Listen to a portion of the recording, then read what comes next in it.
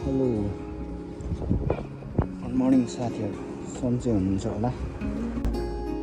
Surprise जाँदैछु कहाँ भन्दाखेरि अहिले म चाहिँ यहाँ माथि कोटपाडा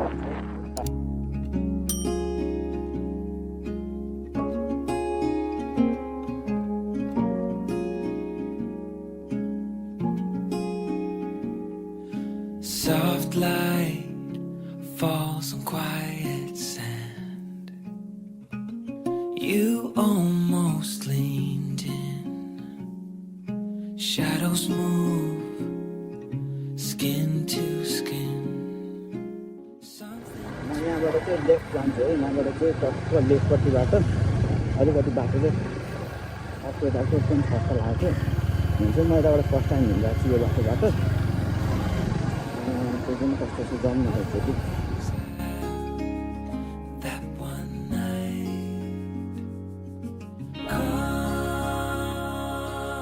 morning light, we'll always have that sunrise. We'll always have that sunrise. यस्तो पिसफुल जङ्गल छ। यहाँबाट थोरै माथि पुग्दाखेरि अब यहाँबाट एउटा मन्दिर आउँछ।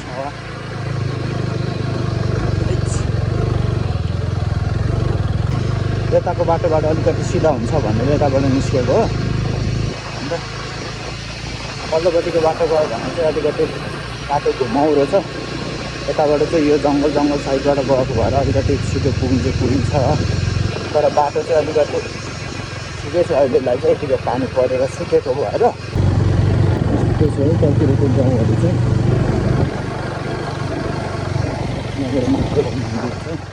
मैले चाहिँ यहाँबाट यता राइटपट्टि जान्छु। म्यापमा हेरेको थिएँ भर्खर। म्यापमा हेर्दाखेरि चाहिँ यताबाट पनि पुगिँदो रहेछ, उता पनि पुगिने रहेछ। त्यो हेरौँ एकचोटि चाहिँ यता राइट साइडबाट जान्छु हेरौँ। अन्त धेरै टाढो पनि होइन, तर पनि पानी परिरहेको भएर चाहिँ पानी पर्नु खोजिरहेको भएर चाहिँ अलिक छिटो हेरेर कहाँबाट पुगिन्छ। अब यस्तो बाटोमा चाहिँ म त्यही माथि अलिकति उल्टो बाटो गरौँ मान्छे, त्यही भएर सानो ढुङ्गाहरूले पनि पाताक फुटुक फालिदिनु खोजिरहेको छ कि। त्यही भएर अलिकति पछाडिबाट ढुङ्गा बाँधेर आउनु पर्ने भन्ने सोच्थ्यो। अब त्यही हो होइन। अरू बेला यसो अब आज शनिबार एक दिन छुट्टी हुन्छ, फेरि भोलिदेखि काम। घरमा मात्रै बसिराख्दा पनि कति बसिराख्नु भनेर एकछिन भए पनि आइदिउँ न त भनेर टक्कसँगले यो बाटो यताबाट यो माथिको भ्यू हेर्दै आऊँ भनेर आयो। हेरौँ कस्तो छ माथि। म जानु चाहिँ अब यो बाटो साथी भन्नु पऱ्यो भने म यतापट्टि आएको चाहिँ सुनेको धेरैचोटि कोटडाँडाको भ्यू भनेर। अनि अब यो माइक नभएपछि यो बाइकको प्लस यहाँ पर हावाको चाहिँ अलिकति धेरै नोइज आउँछ। अलिअलि नोइजहरू चाहिँ अब होला इग्नोर गरिदिनु होला। म चाहिँ अब कोटडाँडा चाहिँ पुग्यो। यताबाट कताबाट गएको हेर्छु। यहाँबाट यो टावर भएको यहाँ रहेछ। टावर चाहिँ देखिरहेको थियो।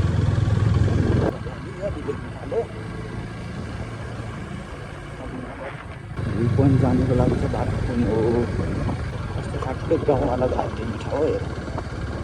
गाउँ आइपुगेछ भइरहेछ। पैसाहरू पनि यता रहेछ। यसो केही किनेर खानु मन लाग्यो किनेर खानु ला बुनु यताबाट बाटो छ जानुलाई, यता तल्ल जानुलाई। त्यसो यताबाट जानु मिल्छ हो। बुनुहरू पनि त्यही पुगेर आएको हो होइन हो।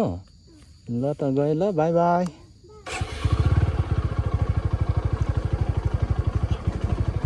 यो बुनुहरूलाई सोधेको यहीँ तल बस्ने ठाउँ मान्छेहरू सधैँ आउने ठाउँ भनिरहेको छ भनेपछि सायद यतै होला। तर बाटो चाहिँ उयो त लास्ट ओह्रालो रहेछ। थाहा छैन भरे यताबाट निस्किनु पऱ्यो भने चाहिँ टायर चिप्लिन्छ जस्तो लाग्यो। अब यो दुईवटा बाटो छ, कताबाट जाने त म यहाँबाट? एकचोटि यताबाट ट्राई गरिदिउँ। त्यो चाहिँ के न यताबाट पुगिन्छ कि त। यो बाटो होइन रहेछ, त्यही भएर म चाहिँ बाइक साइक घुमाएर अर्को बाटो खोज्नु थालेँ। कस्तो मैले नचिनेको यो, मैले नचिनेको हो कि मलाई थाहा नभएको कि म्यापमा हेर्दा पनि म्यापबाट अर्को बाटो मात्रै पुगिन्छ। यताबाट यो कस्तो बाटो हो, म यताबाट झरी चाहिँ रहेको छु। ओहो, यस्तोमा चाहिँ फेरि ड्याङड्याङले लड्ने चान्स पनि धेरै छ है, धेरै छ यु नो। बट किन मलाई यता बाटो हो पनि होइन जस्तो लागिरहेछ। यतापट्टि मान्छेहरू कोही पनि छैन। लौ यार, मैले थाहा नै पाइनँ कुन ठाउँबाट कोट डाँडाको भ्यू पोइन्ट पुग्छ भनेर। ला तनाव भयो नि त मलाई। यताबाट जाने हो, म त हराएँ त। ला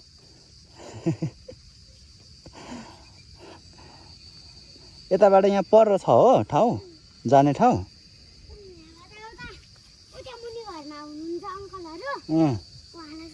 ए हुन्छ है, हस् त, बाई बाई।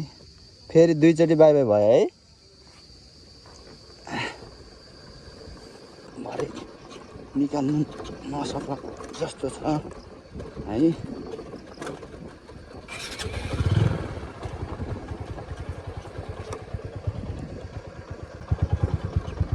ए अघि नै यो बाटोबाट आउनु पर्थ्यो क्या यार, म मासतिर गए जस्तो लाग्यो। मान्छेहरू त हिँड्नु त यताबाट चाहिँ हिँड्दो रहेछ जस्तो छ बाटो। म पो गलत बाटो आएँ क्या हो। फेरि ओह्रालो पो झरिन्छ है क्या यहाँबाट। Camp ब्लाम्प out. ए फेरि कहाँ पुग्छ पुगिसक्छ। पुगिहालौँ न, पुगेर हेरौँ। के डेन्जर छ त।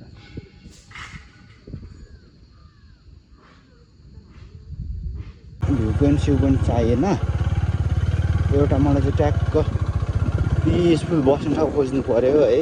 मैले भ्यू पोइन्ट धेरै खोजेँ तर भ्यू पोइन्ट मैले कतै पनि भेटिनँ है।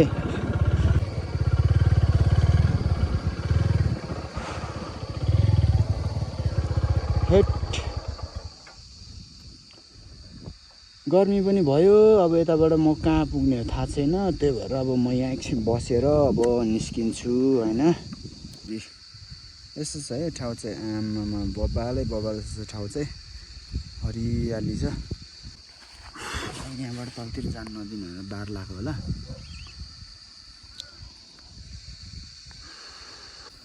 पानी पर्छ जस्तो पनि छ हेर्दाखेरि। यस्तो ठाउँ केही छैन। अब टिकटकमा हेरेर सधैँ आउनु पनि हुँदैन। कहाँनिर एक्ज्याक्ट लोकेसन नै थाहा छैन क्या। अब त्यस्तो भएपछि कहाँ आउने त, कहाँ जाने त। ल यस्तो छ कोट डाँडाको यो एउटा माथिको ठाउँ हो। यहाँबाट चाहिँ अब भ्यू चाहिँ यस्तो देखिरहेको छ, पुरा हरियाली रहेछ। अब म पनि यहाँ चाहिँ आएर टक्कसँगले एकछिन बस्छु, एकछिन हेर्छु मजाले।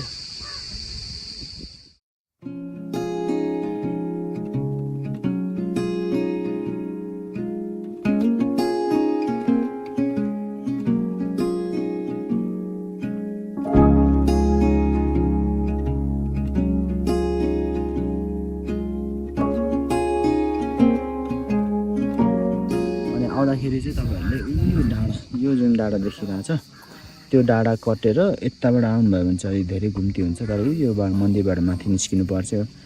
उताबाट आउने भने चाहिँ सिधै उकालो आएर एकैचोटि यो माथिको डाँडामा आउनु पऱ्यो। त्यसपछि यहाँ माथि बाटोको राइट लिएर यो माथि डाँडातिरै जाने बाटोतिर चाहिँ आउनुपर्छ। अलिकति माथि उकालोमा आएपछि यो ठाउँ पुग्छ। तर योभन्दा अब राम्रो ठाउँहरू पनि कतै होला, खोजी जानुपर्छ अथवा हेर्नुपर्छ। मलाई चाहिँ अहिलेलाई चाहिँ यहीँसम्म चाहिँ ठिक छ जस्तो लागेर यहाँ आएर बसिरहेको छु। ल म चाहिँ अब यहाँबाट निस्किँदैछु है। जुका आतङ्क चाहिँ धेरै रहेछ।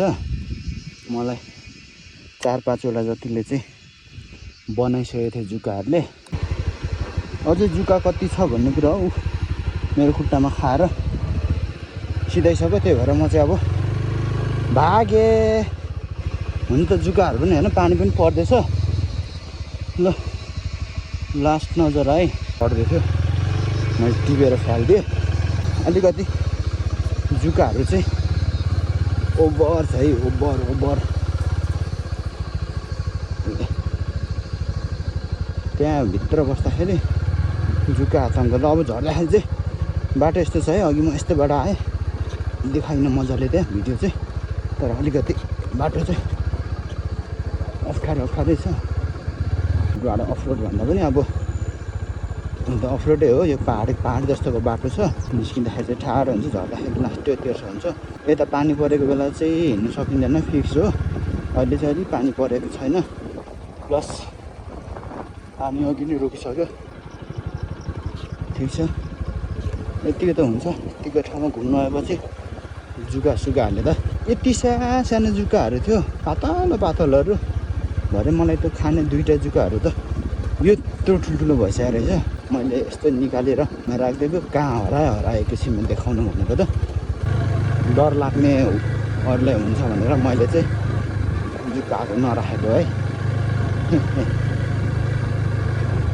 चिन्ता नगर्नु होला यदि कुनैचोटि अर्कोचोटि पनि आयो भने त्यस्तै जुकाहरूको अट्याक आउँछ भने चाहिँ म देखाइदिन्छु जुका आतङ्क भ्लग भनौँ कि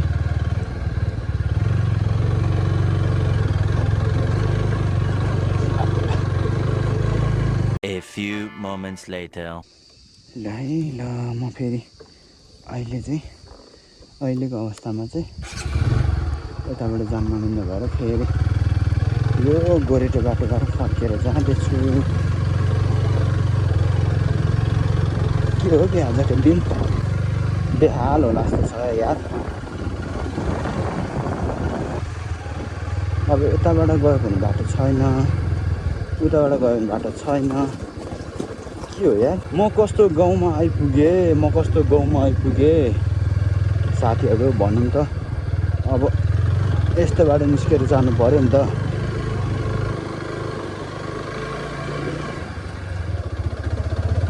अब यहाँबाट माथि नै निस्केर माथिबाट जानु पर्यो नत्र भने बाटो छैन भन्यो मान्छेहरूले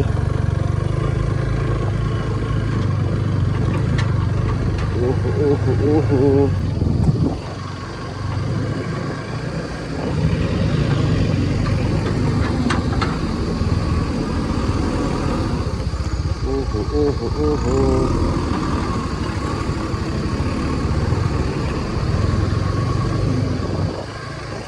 म चाहिँ गएँ यहाँबाट निस्केर फाइनल्ली अघिकै आएको बाटोमा नै म पुगेँ म अर्को बाटोबाट जान्छु भनेर कति सोच्नुलाई यताउता भौतारिए अर्को यही बाटो लेखाएर रहेछ भनौँ न यही बाटो नै फेरि म फिर्ता आइपुगेँ अब यही बाटो नै हुँदै म चाहिँ अब जानु पर्यो है आजको लागि भिडियो चाहिँ यति नै छ हेरेर कस्तो लाग्यो डाँडाकाँडाहरू अब धेरै राम्रो ठाउँ भन्दा पनि अब के त्यो हाम्रो ललितपुर गोदावरी दोस्रो डाँडा त्यहाँसम्म पुगेर आएको भिडियो मात्रै हो लङ टुरसम्म के पनि होइन त्यही भएर आजको लागि यति नै छ अब यहाँबाट सिधै त्यहाँबाट रुमतिर जान्छु अनि बाँकी भिडियोहरू चाहिँ अर्को पालि